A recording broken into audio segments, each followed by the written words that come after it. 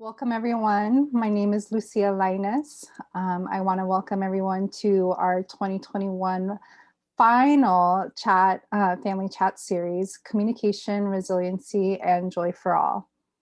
This has been quite a year, and this has been also an opportunity for us to gather as a community and for caregivers to develop their child's skills naturally through their day together. We are going to present this conversation presented by us, Linguistic Connection, in collaboration with Instituto Familiar de la Raza. This conversation in this series has been sponsored by Mission Neighborhood Center's Head Start program. Thank you, Lucia. I'm Cindy López-Chastain, and I'm co-hosting today with Lucia Lainez. Lucia. Thank you. As I mentioned, my name is Lucia Lainez. I am a speech language pathologist, and I am the owner of Lala Speech Therapy, Inc. We are here today, thank you, with our special guests from Instituto Familiar de la Raza, Elizabeth Liz Hinojosa and Jocelyn Panfilo. And Instituto Familiar de la Raza, their mission is to promote and enhance the health and well-being of the Chicanx, Latinx, Indigenous community of San Francisco. And we are super honored to have them with us today. So for today's chat, we're going to discuss what is self-care. We're going to be guided into a meditation or some breathing activities. We are going to explore the garden. We're going to also cook together. And at the end, if anyone has any final questions, we'll be able to share. So I'd like to introduce Jocelyn. Jocelyn, how are you doing? Oh, yeah, there you are. Thank you, Lucia. Hi, my name is Jocelyn Panfilo, and I'm a mental health consultant at IFR, Instituto Familiar de la Raza. And basically, I work a lot with different teachers and parents and staff and the children at the different MNC schools and centers. And so basically we meet and we talk a lot about how they're doing. We talk a lot about social emotional wellness. And we also talk about how can we take care of ourselves in order to take care of our kiddos. Thank you, Jocelyn. I really appreciate you and the work that IFR has provided our community, our extended community throughout these, not just these COVID times, but for long-lasting relationships. And so with the next slide, you can see a lot of turbulent waters, to say the least, and recognizing that we are all navigating these COVID waters. And these COVID times, our community especially has faced really tough times. Sometimes, I don't know about you, but sometimes I feel like I'm in the middle of that rock. Jocelyn, what are you seeing or hearing in the community right now? That's a good question. Thank you, Lucia. I think from just this whole year, this is my first year working with MNC, and a lot of the things that I've been hearing from our community has been just a lot of stressors around the impact that COVID has been for a lot of people. Some people have been directly impacted, like they've gotten positive COVID test results. Some people have secondary symptoms after recovering from COVID, and that really has impacted the mental health being of a lot of folks, not just the physical wellness. And so that has also impacted the children that are coming in person in school, or dealing with distance learning. And so I've been seeing just how resilient they've been, and being able to overcome a lot of the challenges that they've been facing with, financial barriers, job loss, not being able to work at all, or having to work a lot more. And so it's just been difficult, but yet they've been also super resourceful, and I feel like a lot of the families I've been working with, they're very good at advocating for what they need. And I'm glad that MNC has so many different partnerships that we've been able to, foster that resiliency within them. You're right. You're right. I am so impressed and I'm so honored to be part of our communities and really to lead with the resiliency that that everyone is really having to be challenged with. Um, so thank you. And given all of these unexpected changes with COVID, what is I'm thinking about our kids and our children. What is the most important thing that we can give or offer a child or our children right now? Yeah, I think it's just really important to be able to find ways to stay connected with them right now, and being able to just spend time with them. And, even when there might be some challenging behaviors coming up, knowing that it's okay, it's normal, especially right now that we're in a pandemic. Um, Kids, that's their way of communicating that something is wrong, and being able to help them also express that, in whatever way they can, and, for us to be there for them. Um, and in that way, you're showing empathy and you're connecting with the child, and also, also allowing yourself that, you're also stressed out probably, and, finding time to take a break. And that way you're also helping your child to navigate whatever they're going through. I like to add something to that as well, too. Yes, please. Thank you, Jocelyn. Oh, hi. My name is Liz. I'm a mental health consultant at Instituto as well. Um, and one of the things I wanted to add about empathy is that a lot of people might think that empathy is something you're born with, but empathy you need to experience yourself. So you teach empathy. It's not something that we're born with. So, first, somebody needs to be able to receive empathy and experience it firsthand in order to be able to show it. So, that's just little something I wanted to share with everybody, because I think that's something very simple, but it's also something very profound and very important for people to know. Thank you.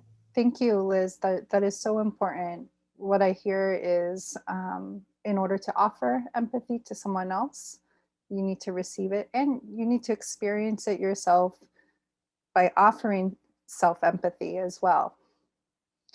And speaking of self-empathy and speaking of empathy and receiving different feelings and sensations, one of the schools that my son attended always started with a moment of silence or a pause. Jocelyn, I'm wondering if you can guide us into a breathing activity right now, so we can all start to collectively breathe. Yeah, of course. I'm going to share my screen in a bit. And meanwhile, take some time right now to get comfortable in your seat, or you can stand up while we do our meditation together. And feel free to close your eyes if you like, while we hear some lake sounds, lake water sounds. And so we'll begin soon. Okay. Can everybody hear the sounds? Okay, awesome. Yeah, so feel free to get comfortable. You can close your eyes if you like. You could turn off your camera as well if that feels more comfortable to you. And we're just gonna start with some deep breaths. So we're going to inhale through the nose and exhale through the mouth. And second breath, Breathing in through the nose and out through the mouth.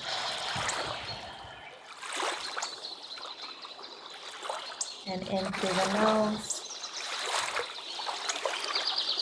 and out through the mouth. And if you like, you can start rolling your neck around. We're gonna stretch our neck muscles as we listen to some relaxing sounds in the background. And keep breathing as you're turning your head around. You can switch to the other direction.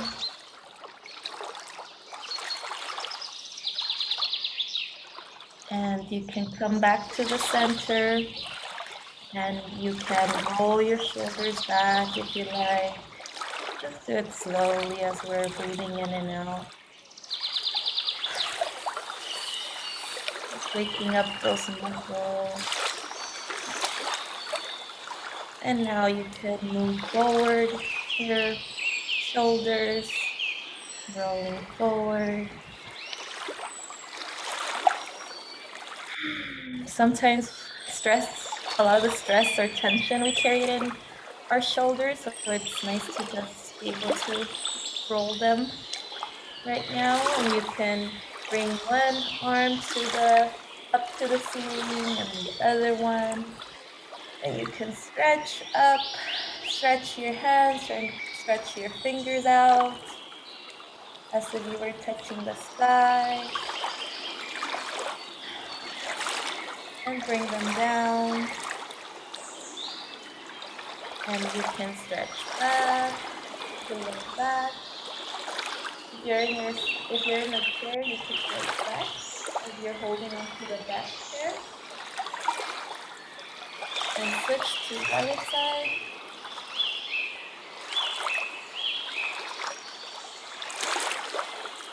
And then back. And this time, you can bring both of your hands next to your heart. And just take some breaths here. Breathing in through the nose. And out through the mouth. And I'll just like to take the time to thank our body and our heart for allowing us to be here today with you all and allowing us to breathe, allowing our bodies to be nourished. And just take some breaths here as you're feeling the heartbeat.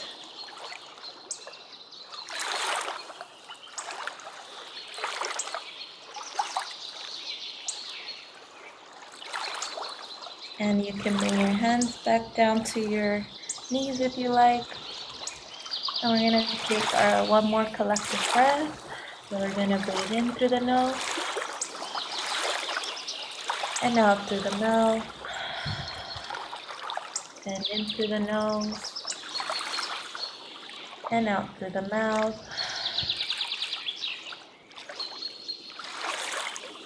And when you're ready, you can open your eyes if you like.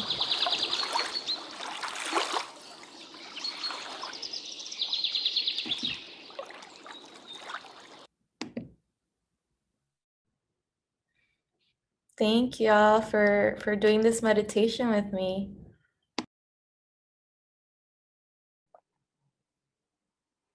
Thank you, Jocelyn. That's wonderful. So how is everybody's body feeling right now? Would anybody like to share how you're feeling? How's your body feeling? If it's hard, light, or heavy, or you're feeling hot, warm, or cold?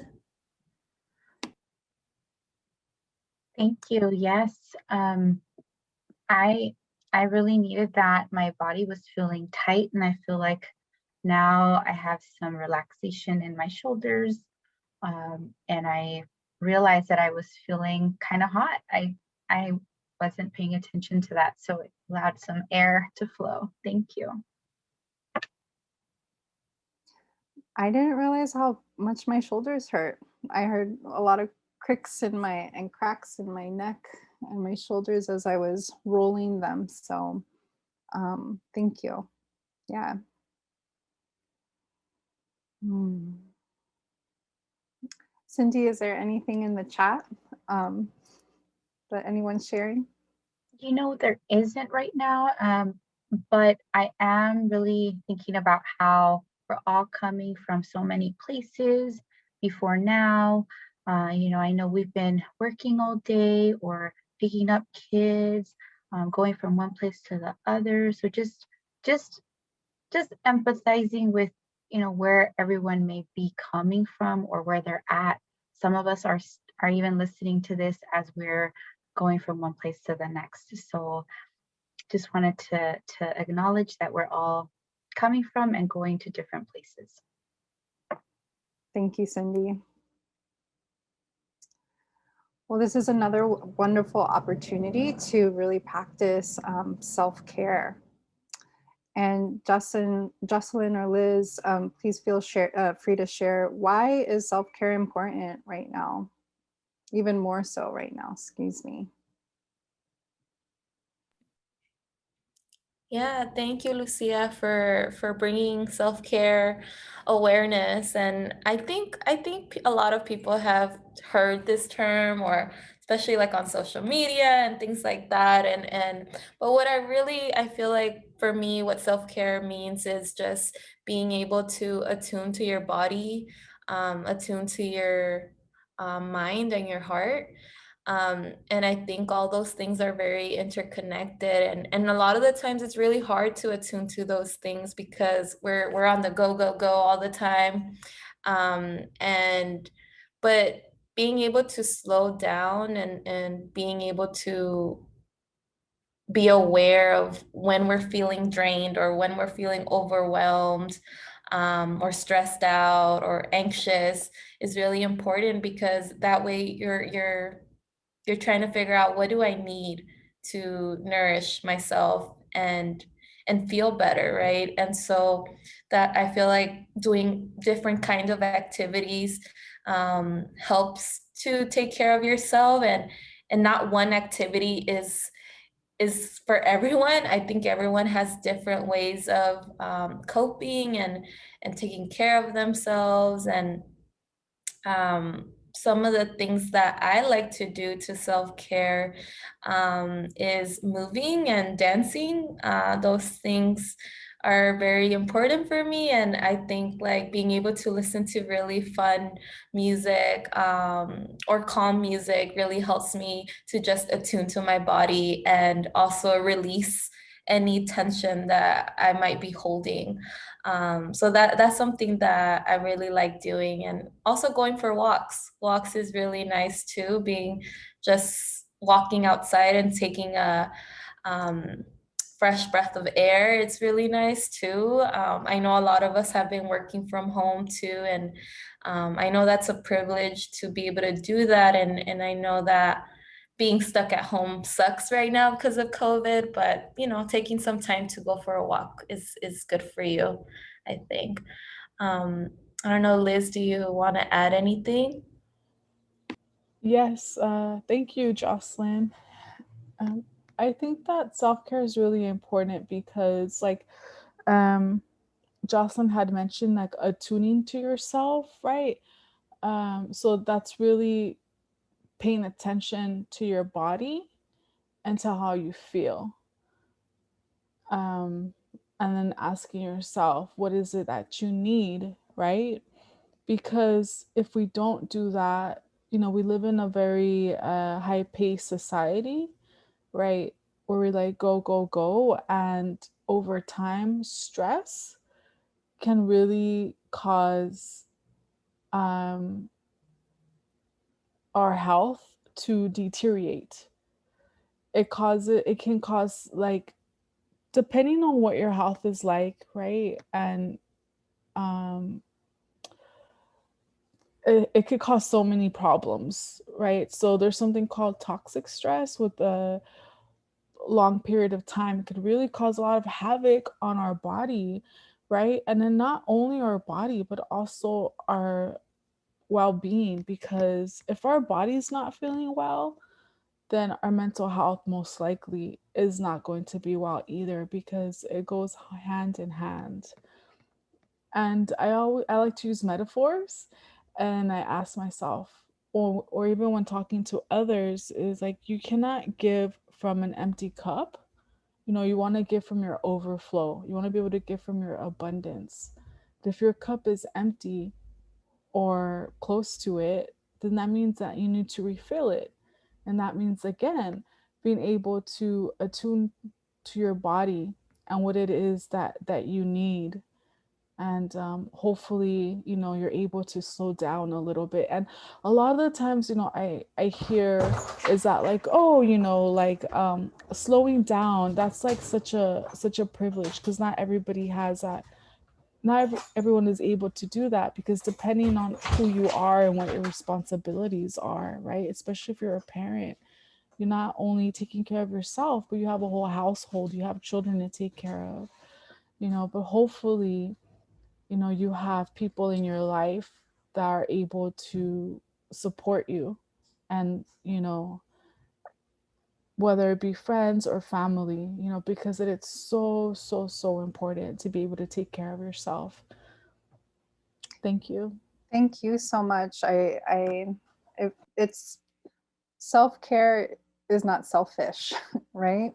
And that's something that our communities are really unlearning.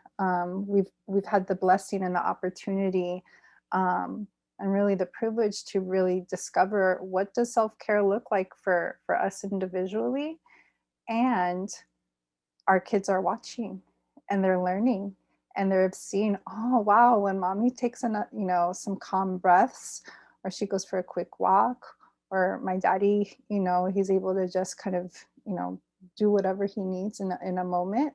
And when they're able to come back, they look calmer. They look like they're ready to be more attentive. Maybe they can play with me now. So really just prioritizing self-care, it is intentional. It serves a huge purpose, not only for our own health, but also just reminding ourselves that as much as we prioritize our families are watching too, and they're learning from how you are growing. So thank you so much. And thinking about with the next slide, thinking about the same thing, and I'm just going to mention this quote: "When their storm meets our calm, co-regulation occurs." So in my mind, their storm. So who's they? I think about our kids. I think about the little ones, and who are we? We're supposed to be the calm person. Well, we are. It's the goal, right? Or as attuned and calm in a present space as we can be. And then co-regulation, what does that mean? I know what it means for us as speech language pathologists, and being able to attune to not just, again, ourselves first and foremost, but then we're also mirroring the opportunity and giving that opportunity for our kids to almost like an invitation to play with us in a calm space. So when they're crazy, when they're wild, what do we do? Jocelyn, can you help us out a little bit? What do you recommend when they're like, ah? What do you recommend a parent or a caregiver, a teacher, educator to, first and foremost do? Yeah, thanks, Lucia. Yeah, that's a great metaphor. And I think, like, ideally, it would be that the adult would be able to take a pause, take a deep breath, maybe go for a walk or take a step away, right, for the situation. But it's hard. Like, realistically, there's so many things going on as for the caregiver, right? And they're having to navigate so many other things outside of the home or within the home. And sometimes you get stuck in that same storm that's happening, right? But if you're able to really have yourself use different tools to help you remain calm. It's really going to help you also model that calmness to the child, and then that way they're seeing that that they can also be calm with you.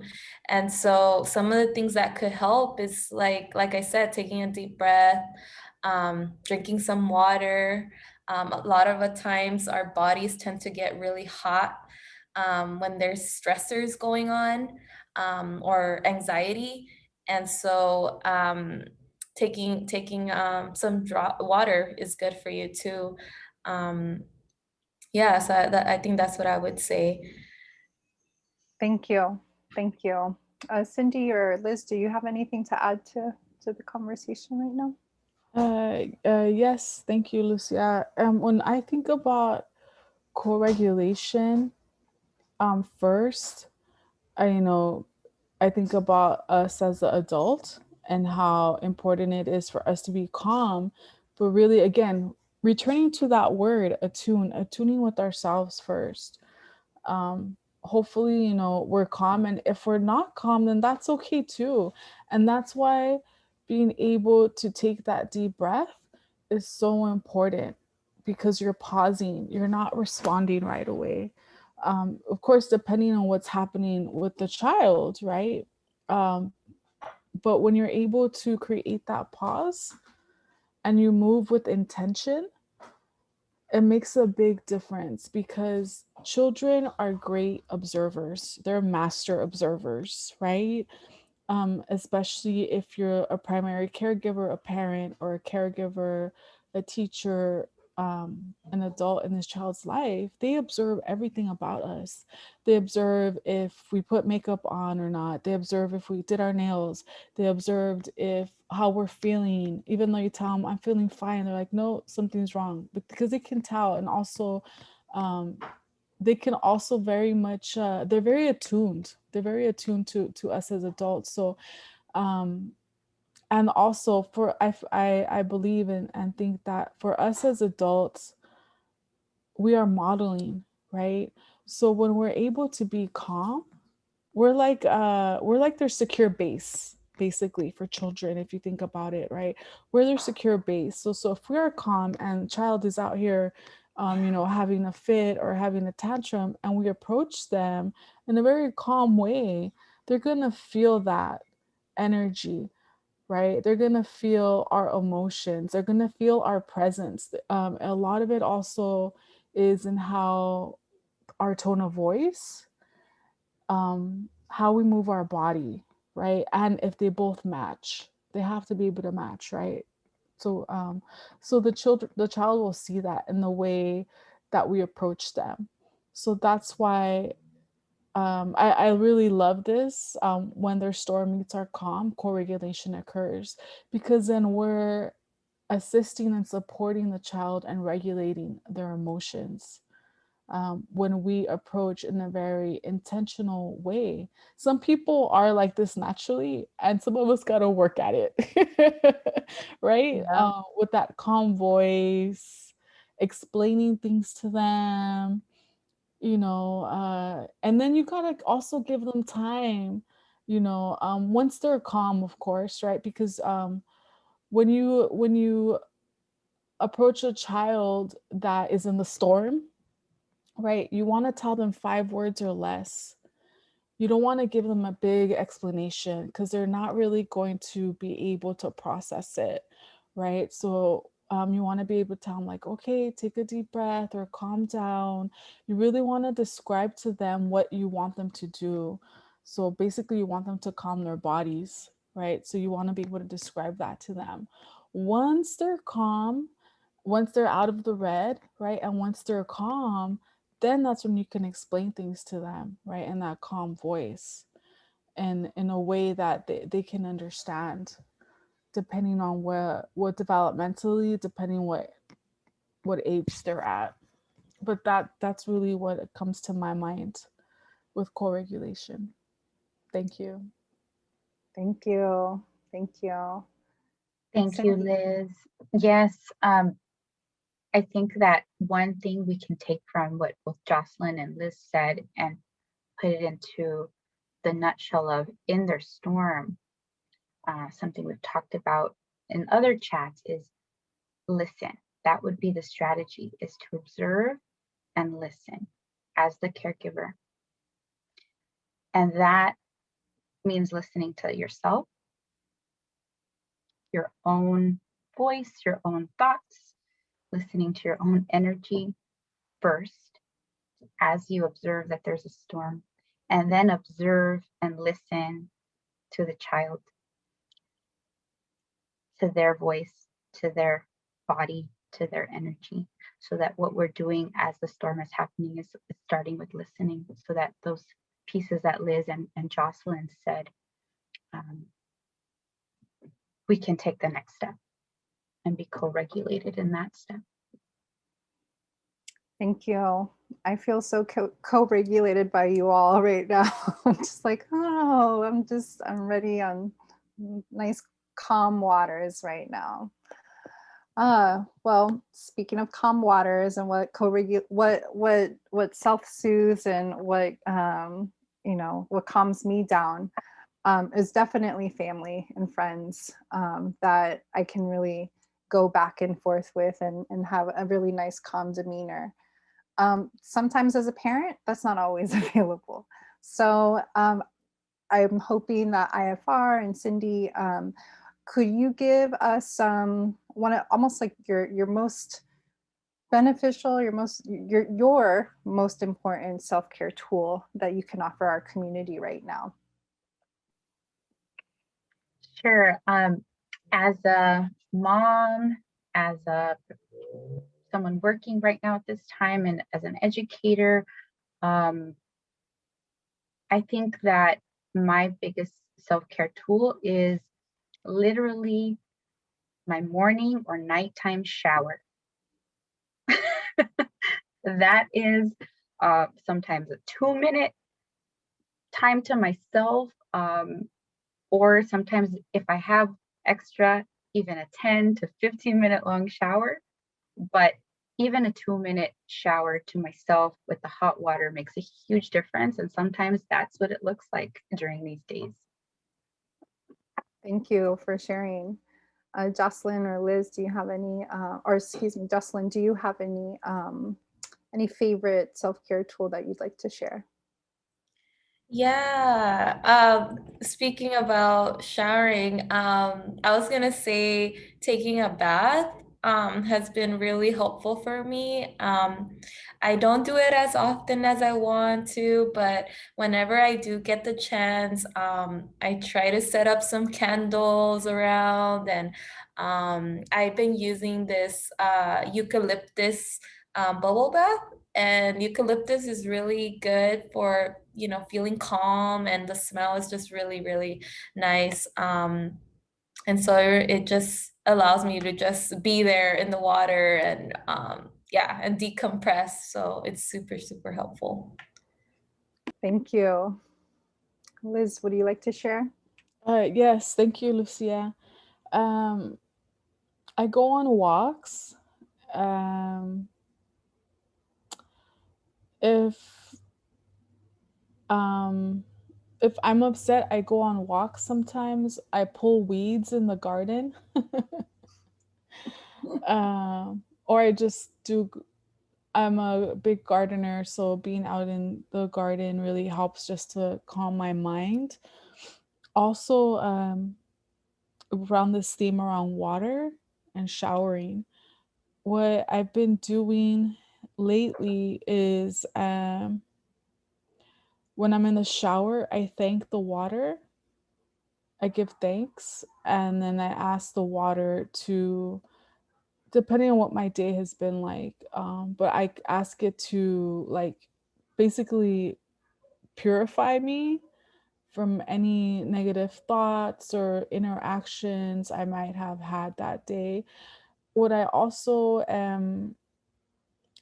visualize in my mind is like I visualize like either words or experiences, and as the water's running through, I visualize it just like coming off like dirt or soil off my body and then on the floor, and then I see it going down the drain. um, that's something I do for myself, and then at the end I thank the water again. So those are some of the things that I do. Liz, that is so beautiful. Thank you for sharing. And I don't know if everyone has noticed a theme as we started, really with a lot of water elements. And it's a beautiful transition into our more earthy and dirt and more rooted elements too. And one of the things that I wanted to really mention, thank you, Jocelyn, for really sharing the opportunity to really navigate those waters. And I feel calm. I don't know about everybody else, but that was really, it was quite a blessing. Thank you. So as we transition from resiliency, we're going to really highlight joy. And I really wanted to make sure that just to pose the question to everybody and anybody, what brings you joy right now? I would definitely mention for myself, one of the things that brings me joy is nature. And that was something that I have been able to provide and offer the opportunities for my family, for my son, and actually my community. I do therapy sessions in the parks. I go for a little walk, and I know everyone has mentioned some little thing about nature, but really bringing a little bit of nature into the conversation and into your life is such a free benefit and wonderful opportunity to offer your family. Cindy, would you like to share? I'm going to also echo what you're saying. Being in nature in any way, going on a hike, going to the ocean, going to the garden, being in the dirt these days is a real blessing. Even if it means I'm walking around my block. So I want to take the chance to stop sharing and take us to a garden that we're going to have the honor to share. So I'm going to pass the screen to our colleague. Hello, welcome to my garden. Give you a quick just snapshot of it from here. And Cindy, I'm wondering if you can spotlight Liz. Yeah. What a beautiful, beautiful space. Please, please navigate us. Take us on a journey into Okay, I will. Beautiful secret garden. Let's see. So this is the salvia. Earlier where you saw the hummingbird. So this is where I videotaped it from. They really love these flowers. And then let's see. I'll take you to the herbal. It's not really spiral, but it's oval spiral garden. So this right here is sage. It's really good to grow your own sage because unfortunately, people are over harvesting it out in the wild. You know, a lot of people don't know. I mean, I didn't know up until recently. And just not too long ago, you know, the native people were able to actually use sage. So it's very recent. And unfortunately, we're over harvesting it in the wild. So if you're able to grow your own sage, I highly recommend it. Liz, what do you, excuse me, what do you use sage for? Sure, yeah. I use sage to to cleanse myself when, you know, I'm upset, or maybe I came across somebody that, you know, was not very pleasant. Um, Also do it for protection. You could sage yourself or your house, or you could sage somebody else as well too. It's done to spiritually cleanse, physically, emotionally as well too. I love the smell of it as well. Thank you. This one right here is flowering. This is valerian. This is the flower, the white one. And then this orange one is calendula. That's such a vibrant color. Yeah, it is. And oh man, the valerian flower, it smells really good. It almost smells like jasmine. It reminds me of jasmine a little bit, but a little bit more woody. So this is a spiral, and then let's see, there's a big old pile of soil here. Get around it. Oh, and this, I don't know the name of this plant. One of my tias just gave it to me, but this is a Vix plant. This is the original Vix plant. Let's see if I can see it. I have to like, I'm on. You mean the Vicks Vaporub?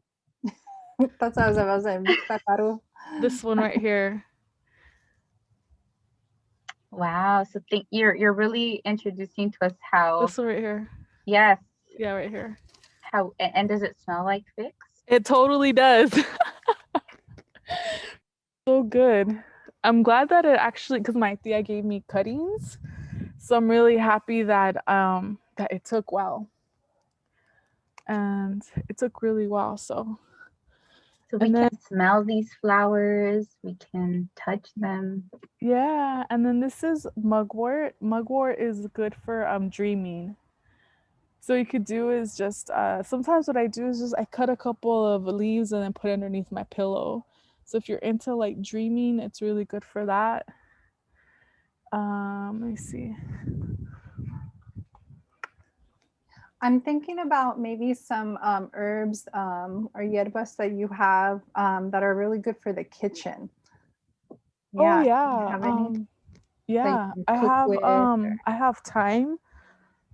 I have two. I just pulled out the cilantro because I was making space for something else, but so let's see. Well, we The do. white flowers. So this one is thyme, and then this one is thyme.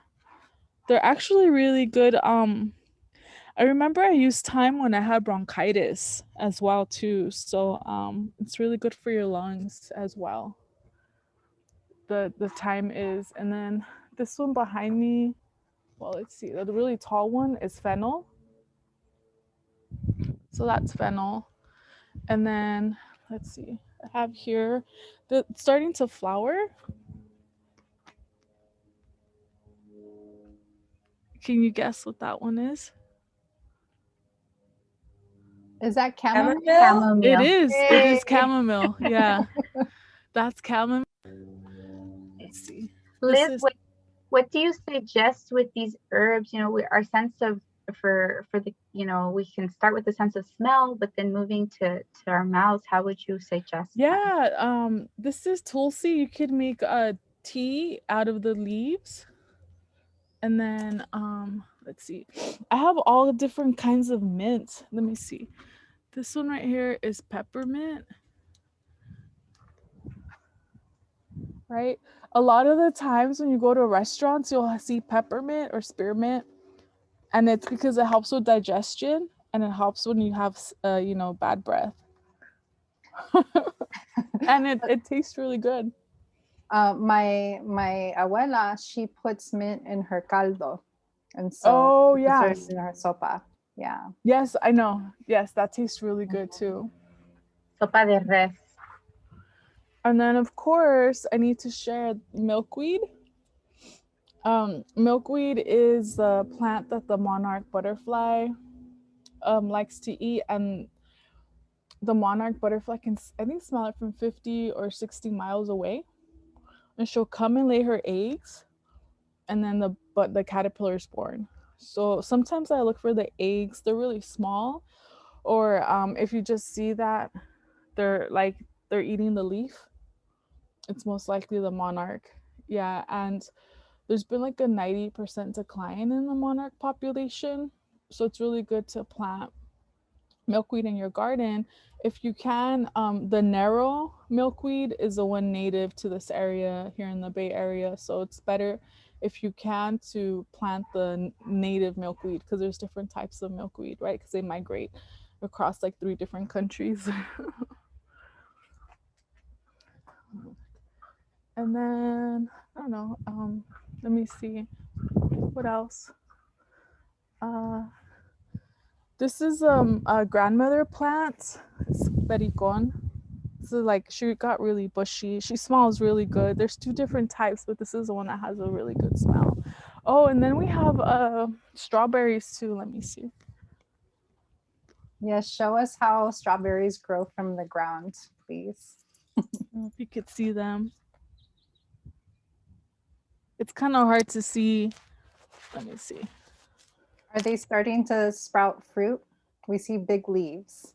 Yeah, you Oh, see there it? they are. Yep, we see them. They're getting nice and red. Yeah, so we have strawberries. They're And really good. oh, I'm just thinking about a kid experiencing what it would be like to grow in their home, either, you know, just to touch the soil, to smell the leaves, and, Yes. you know, all these Yes. different things. Can in your experience growing your garden, can you share just some of your favorite moments, or just, you know, even just a benefit that you've noticed within yourself? Most definitely. For me, it just brings me a lot of joy. A lot of just a lot of calmness. You know, when I'm in the garden, I don't think about anything else really. I just think about what I'm doing in the moment. So for me, it really helps me become a lot more present and more aware with myself. And it's like a time warp. I mean, I could just lose time in the garden so easily. And also with the garden as well, they've done a lot of documentation and research where when you put your hands in the soil, it's really a good antidepressant. So it really helps you, you know, not be so sad. It helps you bring more joy. You know, whenever I meet gardeners, for the most part, they're just so nice and relaxed and zenned out. I'd be like, I want to be like that. Girl, you are like that. Definitely. You've embodied the garden. You are a gardener. Yeah, thank you. And so yeah, so I mean, and also another thing too when gardening, one of the things I try to be mindful is of having native species and also drought tolerant because you know, we are in a drought. So I think it's really good to, you know, to be mindful of thinking about that, because also when you have native species, you might have a lot of plants, but if they're not native, then you know, you won't really be feeding your local insects and pollinators. Thank you. Yeah. Thank you so much. Yes, this is my garden. Is there anything else you want to share in your garden before we Um, transition a little bit? Let me see.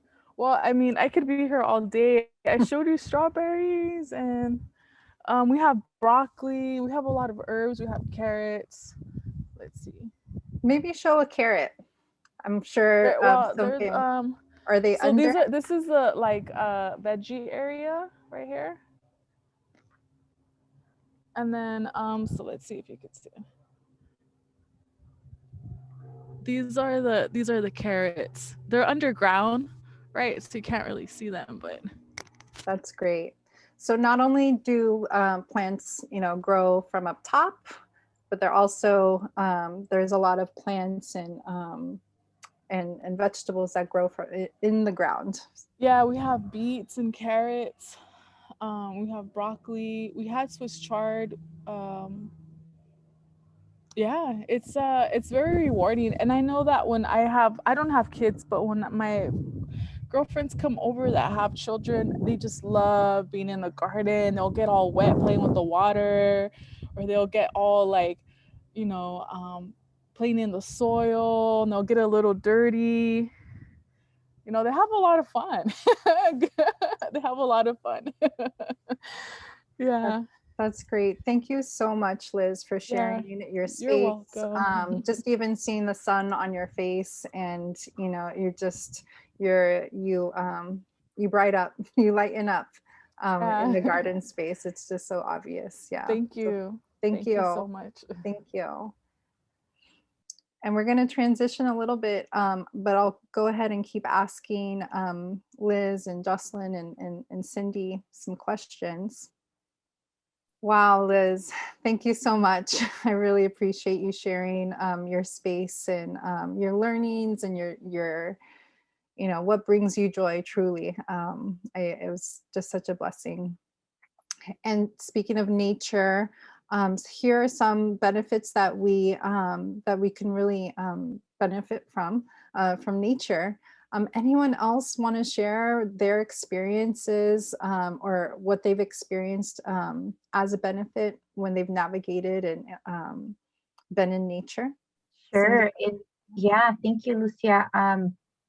Nature really is a healing space and a learning opportunity. As a mom, I do a lot of observation and exploration with my kids when we're out at parks, on hikes, or in our own backyard. They get to see the composting and the cycle of life when they're in the garden or anytime outdoors. So it's also an opportunity for them to get literally their hands dirty, which is a sensory experience. And we talked about that at the last chat, right? The benefits of really feeling in our bodies. Yeah, thank you. And I don't know about everybody else, but I live in the city. I live in San Francisco, and I don't have, unfortunately, land that gives me the opportunity, or actually the sun. I'm on the bottom floor of a really tall building, and so just offering our community some alternatives or some options if they don't have a space to grow, considering growing herbs or hierbas in the window, or finding a neighborhood community garden or a green space. Cindy had the beautiful suggestion of growing potatoes in a bucket and dirt. Can you share a little bit about that, about your Sure. experience? Yeah. Potatoes are one of the most resilient vegetables, and they will start to grow even in a compost. If you have a little, you have to separate your garbage by compost and recycle. In San Francisco, we do. So in that bucket, we have had potatoes grow. um, so it made me think of the idea to just have a little pot of soil, just a little bit of dirt, whatever, wherever you are, and cut a potato in half when it's old. Don't throw it out. Put it into the dirt and water it and see what happens.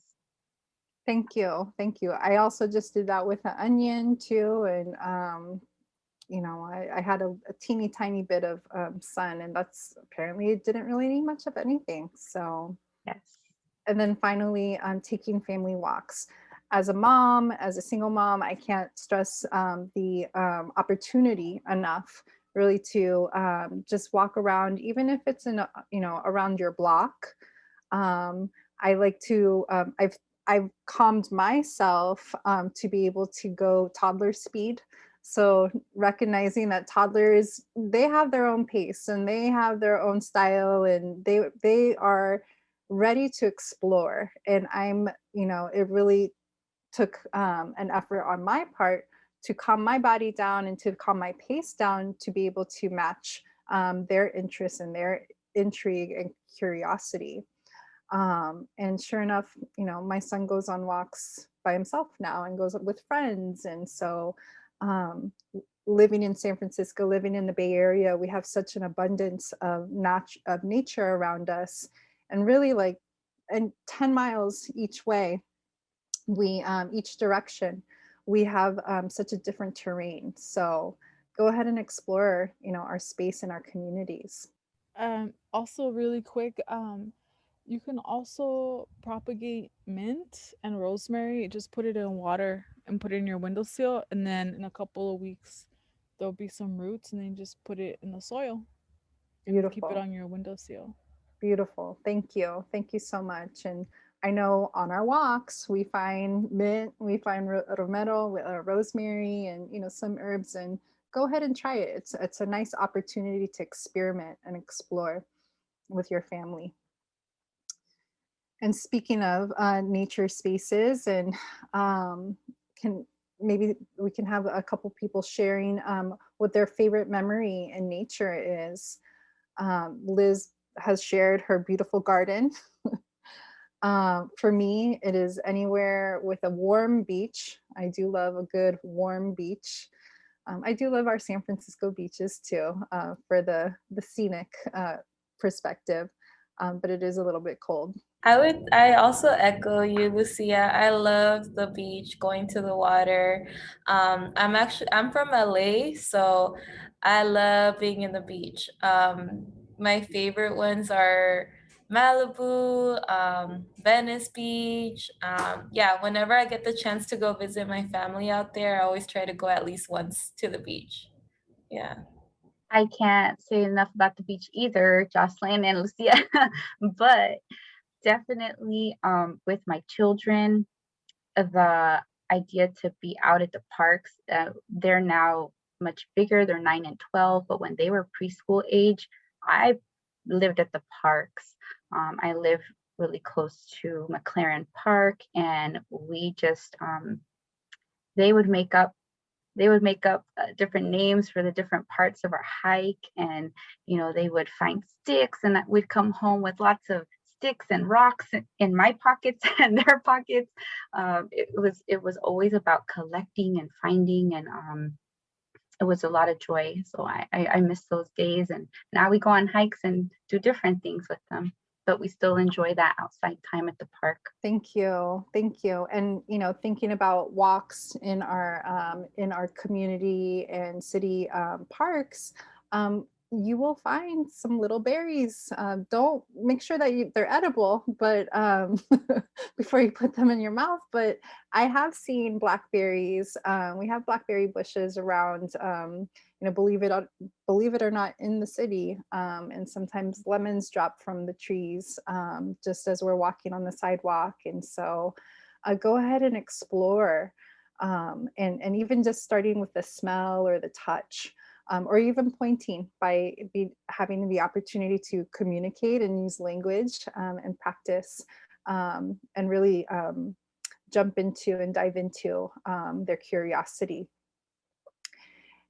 And speaking of sharing experiences, and we're going to take a little bit of a transition right now in our final pivot to share food and opportunities. So going from land and the earth and the garden spaces and nature, and bringing that into our homes, and specifically into our kitchens. As community, there's so many community members that really value and prioritize gatherings, and bringing, and with our gatherings we share food. I'd like to offer this opportunity for everybody to see if they would like to share a memory about food with their family. Would anyone like to share? I can share. Something that I remember growing up is just my dad. I grew up in LA, so my dad, a lot of the times he was a street vendor, so he would sell food a lot, and he would sometimes sell fruits. So growing up, I loved eating fruits. Like that's all I would eat, and I still love fruits. Sometimes like I could go the whole day just eating fruits. But yeah, that's something that I remember. And then too, there was like some time where he had a restaurant in LA too, and so he loves to cook, and so I always been surrounded by him cooking, and he basically raised me for the most part on his own. So he always wanted to do everything for me. So a lot of the times when he'll be cooking, I would try to help, but he wouldn't really let me. So I would just watch. And so now as an adult, I'm trying to, I guess, reteach myself some of the foods that he's made. But yeah, those are some of the favorite memories I've had with my family.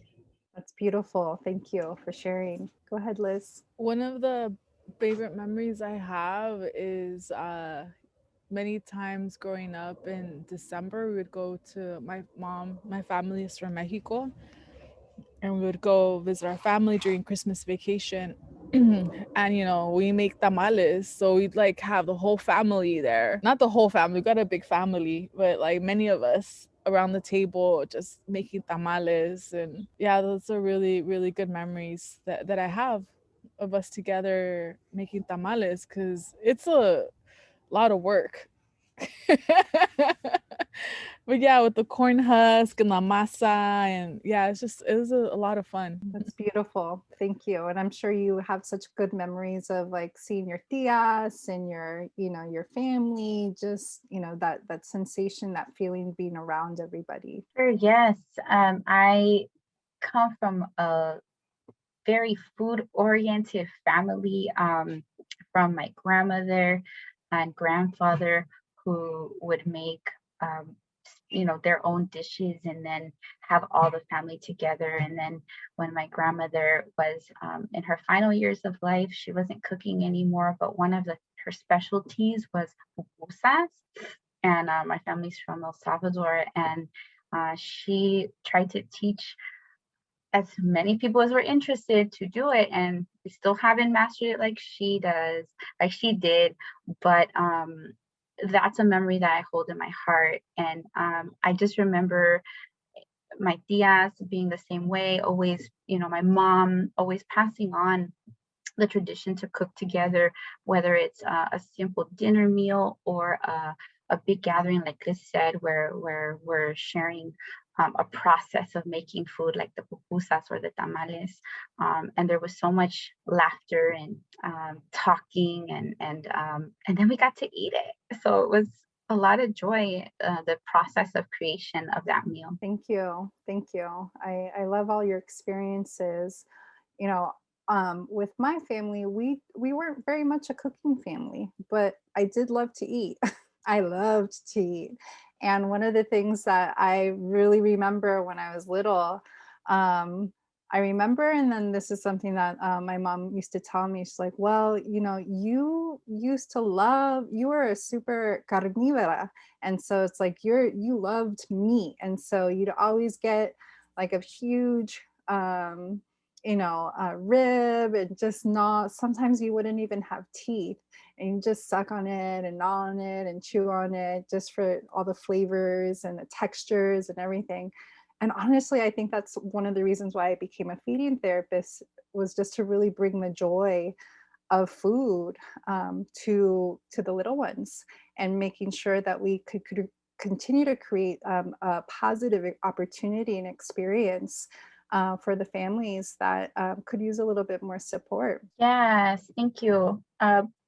As a tia, I always have more than one child with me. I have my own two boys and my two nephews. Often in the kitchen is one space where we share as a opportunity to do something fun together that was simple. We took one piece of fruit. They got to pick one fruit, and they picked an apple. And we cut up the apple together, and then we said we're gonna make some juice. And I offered one fluid. So they picked water, and then we said, do we want it cold or hot? And they picked cold. So we added some ice, and we made our own apple juice smoothie. It was a little chunky, so I would say more of a smoothie than a juice. But they were calling it their apple juice. And as you can see in the video, my youngest one there, he is 3, my nephew, and he is really, really interested in helping. So he was able to offer to also help his brother when it was his turn, who's a kindergartner, and his brother was able to allow that help. And I was kind of in the middle, just offering choices, if they wanted milk or water. For his fluid, he chose milk. So we added the milk for his juice smoothie, and he wanted a lot of ice. his brother just wanted one piece, but for his, he wanted a lot of ice. So we actually counted the different ice that we put in, the number of ice. We talked about the textures. We talked about the quantity. We talked about what the colors were that we were seeing.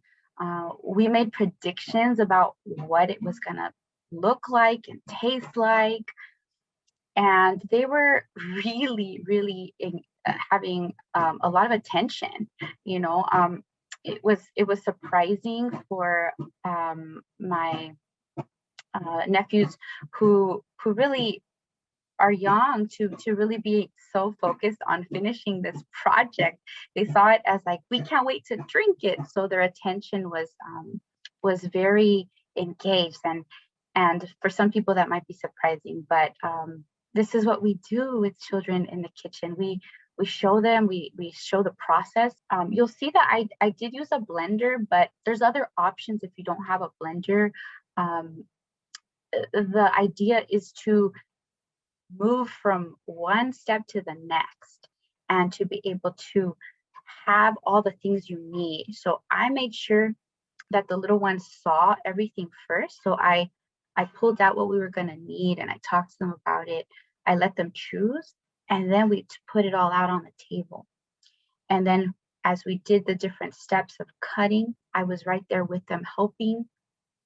As we put it into the blender, we were talking about it, and that's when we were making those predictions. And then at the very end, they got to drink it, and we got to see if our predictions were right. For this step of the knives, this was at the beginning, and you'll see that, you know, it was a little tricky. So I was able to help my nephew to guide his hands a little bit, and then I let him have his own turn and try again. And that's how, you know, our little ones develop their ability to use their muscles and their fingers and to cut. And I gave him a safe knife. And you'll see he's so excited and was just telling me all about what he thought it was going to taste like. He thought it was going to be sweet and yummy. He got to count out those ice. And then, you know, the final piece is that, you know, I was really listening a lot. I wasn't doing a lot of talking, but he was able to hear the choices and to name things and to say what he wanted. And I was just responding to him. I had all the things out and was able to offer it and to guide him and give help when I needed to and step back when he could do it. Same thing for his brother. Here it was a little heavy, so he needed just a little bit at the bottom, and then he was able to pour it. So I saw the success for him and he was so proud of himself, and he could do it on his own, and his brother as well. Thank you so much. Thank you. Thank you. I really appreciate you sharing this beautiful experience that you've had with your family, the beauty in the mess, and also the discomfort. I don't know about you, but the mom in me hates a mess. And you really gave them the opportunity to explore with their hands, make beautiful mistakes of spilling if they spilt a little bit, licking some things that are, well, for example, I saw the knife, Yep. the butter knife, but it Yep. was, you know, prioritizing safety first and foremost. Yep. You know, also prioritizing their ability to access or like their positioning. So if they needed, it looked like a stool or a chair or something. So you just adapted the opportunity for them. Yeah. Exactly. It really is okay for them to get messy in the kitchen, right? We did go through the process of washing our hands and the fruit first, and then we were able to you know, do the cutting and then the eating. So to get there, we first have to get our hands messy, and it's okay to keep it very simple. For me as a mom, it took until my kids were older to be comfortable with messes, so I understand. And but those first few years, you're learning to see why it Yeah. matters. Yeah. Yeah. They're also learning math.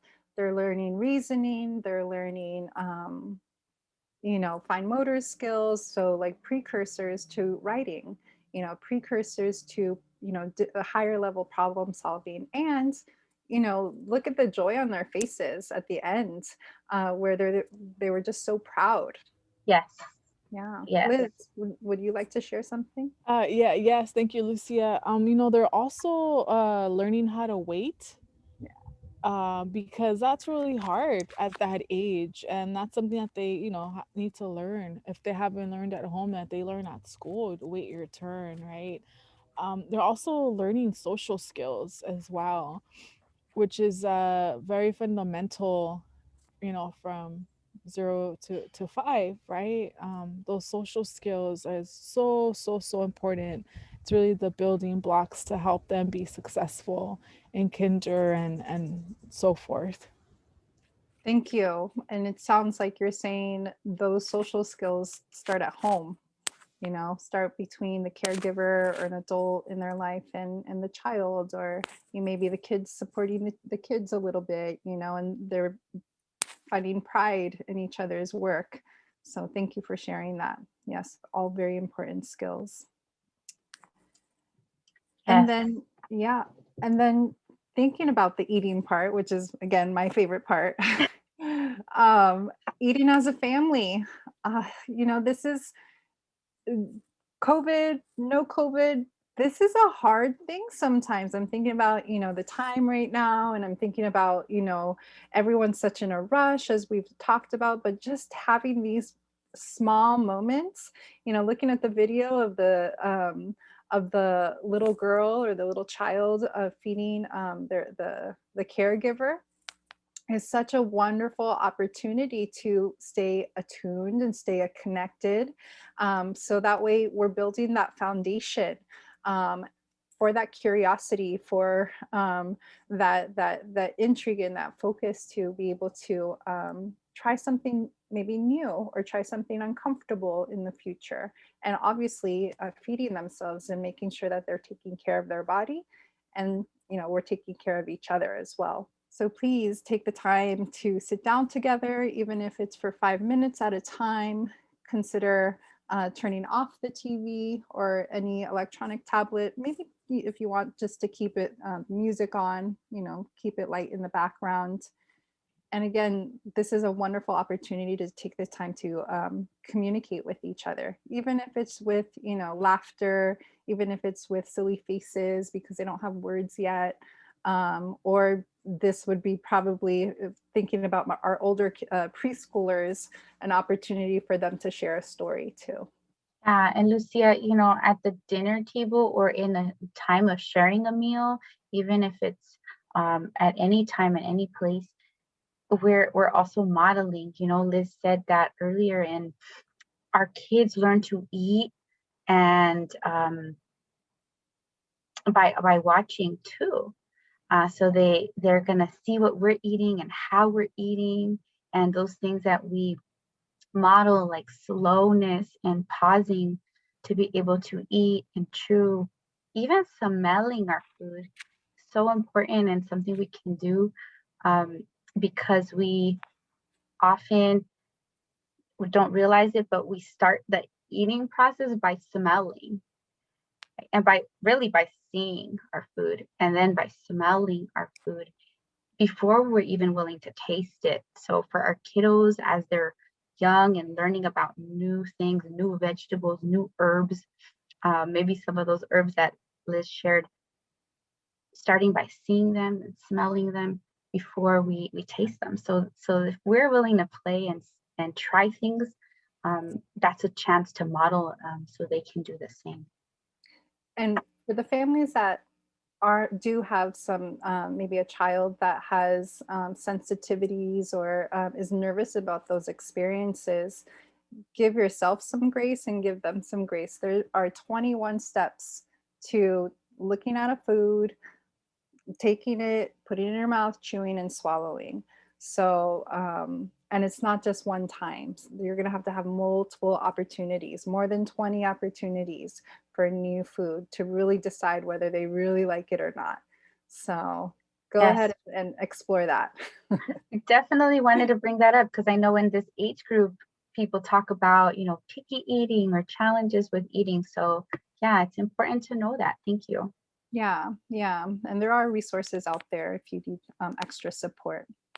And speaking about extra support, if you are navigating, you know, the situation, especially like many families in COVID that don't have the resources or enough resources where they do have the opportunity to, you know, provide a variety of food options, we are here to support you.